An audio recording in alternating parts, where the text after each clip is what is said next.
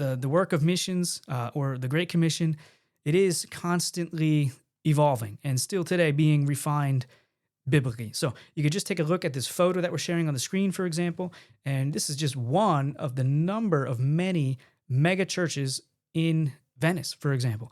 And mega churches like that with these giant domes that took decades, sometimes over a century to build, these big giant structures, these big church buildings. At one time, this was like the tip of the spear. They're building these big, beautiful churches. It was a way of evangelizing. It was a way of having the bells ring and people reminded about God and the things of God.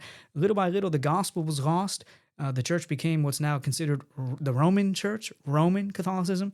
They lost the gospel. They lost the truth. They were deceiving the people, making up different laws and rules and regulations, withholding the actual good news of Jesus Christ and what salvation is and how one can be saved. This was tip of the spear, though, at one time, but over the centuries, then what happened? A Reformation took root.